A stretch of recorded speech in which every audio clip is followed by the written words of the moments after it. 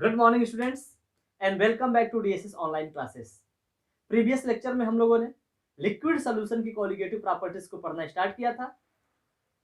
Previous lecture में हम लोगों ने एलिवेशन इन बॉइलिंग पॉइंट्स के बारे में कंप्लीट स्टडी कर लिया था। आज हम अपना next colligative properties depression in freezing point के बारे में पढ़ेंगे। तो आओ देखते हैं इसको। हमारा जो नेक्स्ट कोलिगेटिव प्रॉपर्टी है इसको हम बोलते हैं depression in freezing point. Depression in freezing point. तो जैसा बच्चों नेम इंडिकेट कर रहा है डिप्रेशन इन फ्रीजिंग पॉइंट, यानी कि फ्रीजिंग पॉइंट का डिक्रीज कर जाना। किसी भी लिक्विड सॉल्यूशन का फ्रीजिंग पॉइंट डिक्रीज कर क्यों कर जाएगा, कब होगा, इसके बारे में हम यहाँ पे डिटेल में स्टडी करेंगे। लेकिन उसको जानने से पहले सबसे पहले हम ये समझते हैं कि फ्रीजिंग पॉइंट क्या होता है। What is freezing point. जैसे कि प्रीवियस लेक्चर में आप लोगों ने बॉइलिंग पॉइंट के बारे में पढ़ा था, वैसे ही यहाँ पे हम फ्रीजिंग पॉइंट्स के बारे में भी देखते हैं। तो सबसे पहले फ्रीजिंग पॉइंट को डिफाइन करें तो हम बोल सकते हैं the temperature at which vapour pressure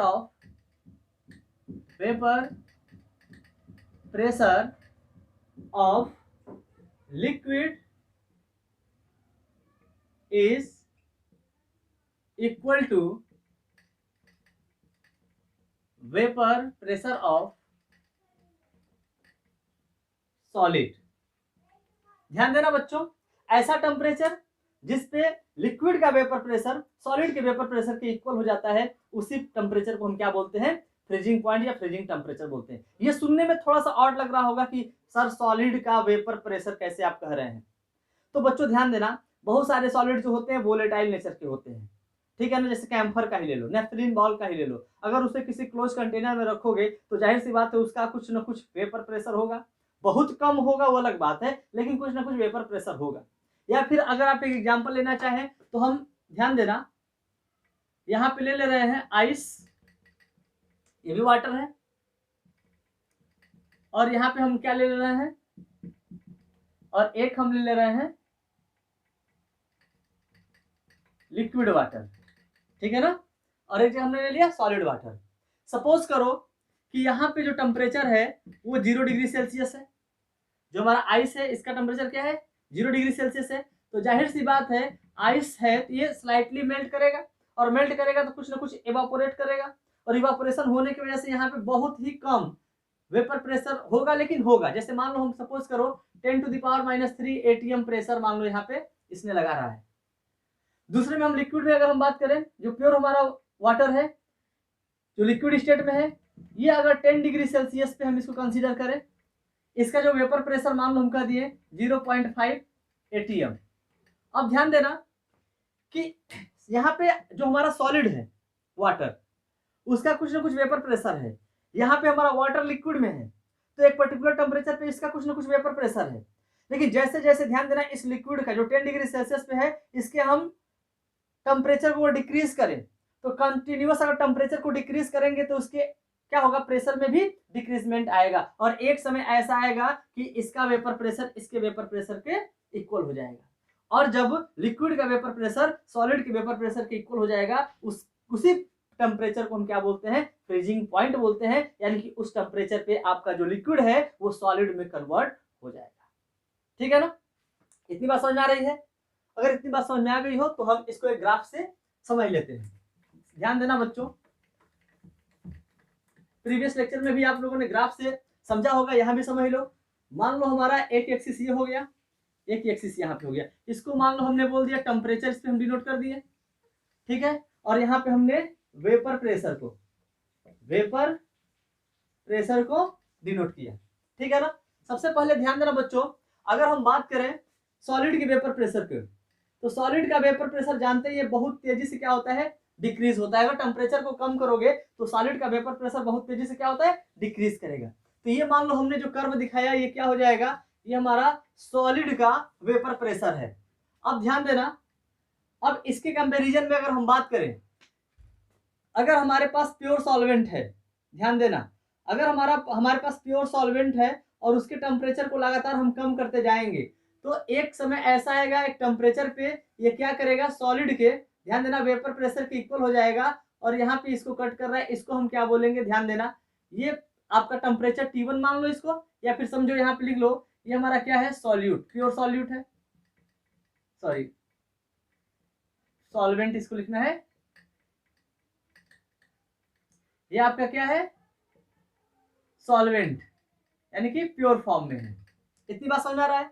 अब ध्यान देना, अब चूंकि प्योर सॉल्वेंट का टेम्परेचर हम कंसिस्टेंसी डिक्रीज करते जाएंगे, तो एक पॉइंट ऐसा आएगा जहां पे आके क्या करेगा, सॉलिड के वेपर प्रेशर के इक्वल हो जाएगा, और यहाँ पे हम इसको डिनोट कर सकते हैं TF0, यानी कि ये फ्रीजिंग टेम्परेचर होगा फॉर प्योर सॉल्वेंट, ठीक है ना। इसके अलावा अब हम क्या करेंगे, ध्यान देना, अगर हम सोल्यूशन की फर्दर हम क्या करें, यहाँ पे ध्यान देना, इस प्योर सॉल्वेंट के अंदर ऐसा समझो, इस प्योर सॉल्वेंट के अंदर हम कुछ नॉन वोलेटाइल सॉल्यूट ऐड कर दें, प्योर सॉल्वेंट के अंदर क्या करें, कुछ नॉन वोलेटाइल सॉल्यूट को ऐड कर दें। तो अगर नॉन वोलेटाइल सॉल्यूट को ऐड करेंगे तो हमारा बन जाएगा सोल्यूशन, और यहाँ पे ध्यान देना, अगर इसके हम क्या करें, अगर चेक करें फ्रीजिंग पॉइंट को, तो इसका फ्रीजिंग पॉइंट क्या होता है, अब ये इसको यहाँ पे कट करता है, ध्यान देना बच्चों। अब ये जो आपका सॉलिड का वेपर प्रेशर है यहाँ पे कम जहां पे हुआ है, यहाँ पे आके आपका जो सोल्यूशन है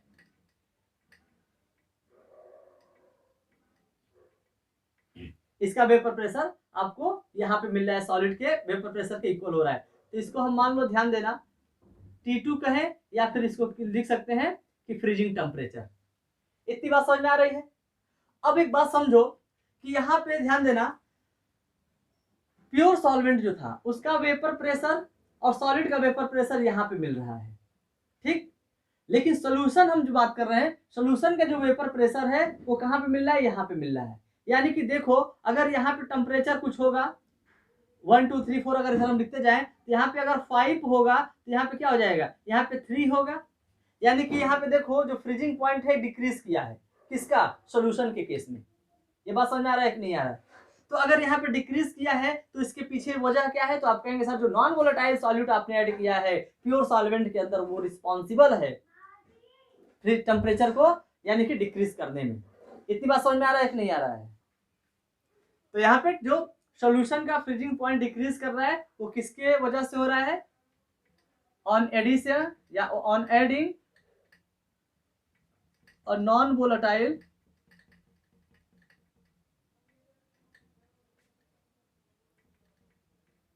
solute in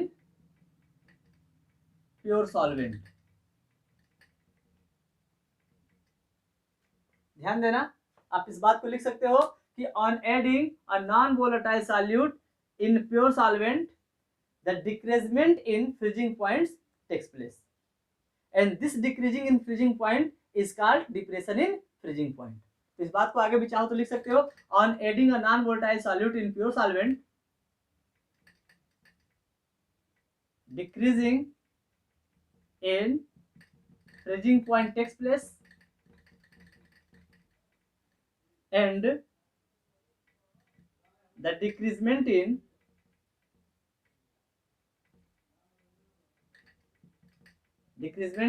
freezing point is called depression in freezing point. इतनी बात समझ में आ रहा है। अब ध्यान देना बच्चों, यहाँ पे अब जो प्योर सॉल्वेंट, समझना, जो प्योर सॉल्वेंट हमारा था उसका फ्रीजिंग पॉइंट ज्यादा है, और जो हमारा सोल्यूशन है यानी जब हमने उसमें नॉन वोलेटाइल सॉल्यूट को ऐड कर दिया उसका फ्रीजिंग पॉइंट क्या हो गया, डिक्रीज कर गया। तो अब हमें अगर चेंज निकालना हो, चेंज इन फ्रीजिंग पॉइंट अगर निकालना हो या फ्रीजिंग टेम्परेचर निकालना हो इन दोनों के बीच में, तो हम क्या लिख सकते हैं, delta TF change in freezing point is equal to क्या हो जाएगा, TF0 माइनस TF, यानी कि freezing point of pure solvent minus freezing point of solution. इतनी बात समझ में आ रहा है। जब आप एलिवेशन इन बॉइलिंग पॉइंट पढ़ रहे थे तो वहां पे इसके ठीक उल्टा पढ़ रहे थे, वहां पे था TB माइनस TB0, और यहाँ पे क्या हो जाएगा, TF0 माइनस TF। इतनी बात समझ में आया कि नहीं आया। अब ध्यान देना बच्चों, जो हमारा ये चेंज इन फ्रीजिंग टेम्परेचर है ये टोटल किस पे डिपेंड कर रहा है? तो आप कह रहे हैं सर ये कंसंट्रेशन ऑफ सॉल्यूट के ऊपर डिपेंड कर रहा है। किसके ऊपर डिपेंड कर रहा है? कंसंट्रेशन ऑफ सॉल्यूट, यानी कि ये सॉल्यूट आपका कैसा है? नॉन वोलेटाइल है। ध्यान देना, concentration of non volatile solute के ऊपर डिपेंड कर रहा है, यानी कि यहाँ पे जब हमने नॉन वोलेटाइल सॉल्यूट ऐड किया तब इसके फ्रीजिंग पॉइंट में डिक्रीजमेंट देखने को मिलता है। अब एक बात बच्चों समझो, यहाँ पे जो सॉल्यूट है ये कौन सा सॉल्यूट हम लेंगे यहाँ पे? तो ध्यान देना, अब बच्चों इस बात को समझो, जो कंसंट्रेशन यहाँ पे आप लिखे ना कि जो change in freezing temperature is directly proportional to concentration of solute. तो यहाँ पे जो कंसंट्रेशन हम लेंगे डेल्टा टी एफ, वो हमारा क्या होगा? मोलेलिटी। क्या हम लेंगे? मोलेलिटी को लेंगे। मोलेलिटी को ही क्यों लेते हैं? तो इसके पीछे रीजन ये है कि मोलेलिटी जो है ये ऐसा कंसंट्रेशन टर्म है जो क्या होता है? टेम्परेचर इंडिपेंडेंट होता है। ध्यान देना बच्चों, क्या होता है? टेम्परेचर इंडिपेंडेंट होता है, यानी टेम्परेचर का कोई इफेक्ट इस पे नहीं होता है। तो अब बच्चों ध्यान देना, अब यहां से आप ये बोल सकते हो कि जो आपका डिप्रेशन इन फ्रीजिंग पॉइंट है वो क्या होता है? एक कॉलिगेटिव प्रॉपर्टी है। कैसे कॉलिगेटिव प्रॉपर्टी है, इस बात को अभी और डिटेल में समझ लेते हैं। चलो तब तक इसको हम क्या करते हैं? इरेज कर देते हैं, नोट कर लो इसको या स्क्रीनशॉट ले लो। ठीक है, अब बच्चों ध्यान देना, जैसा कि हमने कहा कि जो हमारा डेल्टा टी एफ है ये डायरेक्टली प्रोपोर्शनल किसके है? मोलेलिटी के। ये हमारा क्या है? डिप्रेशन, ऐसे बोलो, कॉलिगेटिव प्रॉपर्टी होगा।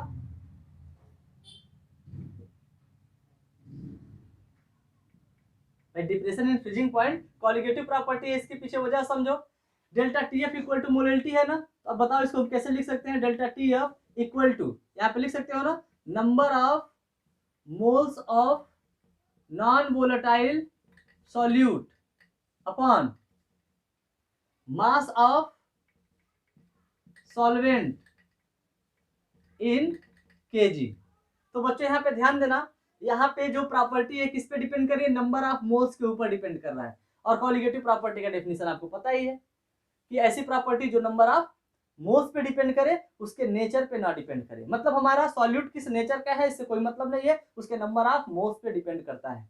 तो इस तरह से आप हम बोल सकते हैं कि जो डिप्रेशन इन फ्रीजिंग पॉइंट है वो एक क्या है? कॉलिगेटिव प्रॉपर्टी है।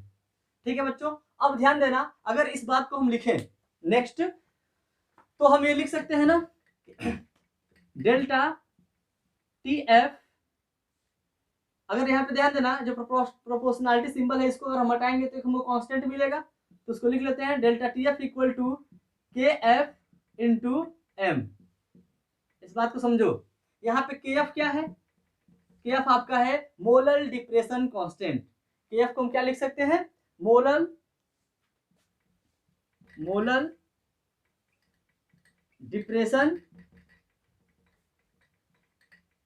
कांस्टेंट। तो इस तरह से हम ये देख सकते हैं कि delta T F equal to K F into molarity आ गया। ठीक है ना, जहाँ पे के एफ क्या है? Molar depression constant of solute है। इसको हम चाहे तो यहाँ पे जो मोलरिटी का फार्मूला आपको डिराइव कराया गया था, क्या कराया गया था? Mass of solute upon molecular mass of solute into 1000 upon mass of solvent. ठीक है ना, ये चाहिए था। अब हम चाहें तो इसको हम कहाँ पुट कर सकते हैं? यहाँ पे पुट कर सकते हैं, और एक हमारा फार्मूला बन जाएगा delta T F is equal to K F into W B upon M B into 1000 upon W A. तो इस तरह से हमारा फाइनली फार्मूला बन गया किसका? Depression in freezing. और इस तरह से अगर हम इसके प्रैक्टिकल सिग्निफिकेंस की बात करें, यानी डे टू डे लाइफ में हम डिप्रेशन इन फ्रीजिंग पॉइंट को कहाँ पे देखते हैं, इसको अगर हम देखना चाहें तो आप ध्यान देना, जब आप गर्मी के समय में अप्रैल मई जून में जब बाहर निकलते हो तो आप देखते हैं कि जो वेंडर्स होते हैं, जो ठेले पे कुल्फी वाले बेचते हैं, तो वहाँ पे जब जाते हो देखते हो कि एक बड़ा सा मटका होता है, घड़ा होता है, उसके ऊपर से रेड कलर का कपड़ा लपेट दिया गया रहता है और उसके अंदर आपके आइसक्रीम को रखा जाता है, फिर वो अंदर से निकालता है और आपको कट करके दे देता है। आप जैसे ही खाने जाते हैं तो आप देखते हैं कि आप ये महसूस करेंगे कि उसमें साल्टी टेस्ट आता है। इसका मतलब क्या है कि जो वेंडर है वो क्या आइसक्रीम के अंदर साल्ट ऐड किया है? तो आप कहेंगे नहीं, आइसक्रीम के अंदर वो साल्ट नहीं ऐड करता है, वो साल्ट को ऐड किया रहता है किसके अंदर? आइस के अंदर ऐड किया रहता है। क्यों? क्योंकि आइस का जो टेम्परेचर है वो 0 डिग्री सेल्सियस है।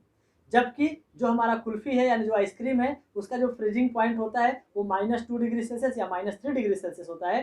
तो उसको मेंटेन रखने के लिए जैसे ही हम ध्यान देना आइस के अंदर साल्ट को डालते हैं उसका जो फ्रीजिंग पॉइंट है वो भी घट के -2 -3 चला जाता है और बिना फ्रिज के यानी बिना फ्रीजर के इस्तेमाल के ही जो आप ठेले पे खाते हैं कुल्फी वो सॉलिड फॉर्म में लंबे समय तक बना रहता है। तो ये हमारा एग्जाम्पल हो गया, यानी डे टू डे लाइफ में अगर प्रैक्टिकल सिग्निफिकेंस की बात करें डिप्रेशन इन फ्रीजिंग पॉइंट की ये हो गया। तो बच्चों आई होप आप इसको ध्यान से देखेंगे समझेंगे, इससे रिलेटेड क्वेश्चन करिए। अगर किसी भी तरह के कोई प्रॉब्लम अगर आता है तो आप कॉल या मैसेज डायरेक्ट कर सकते हैं। Thank you, have a nice day.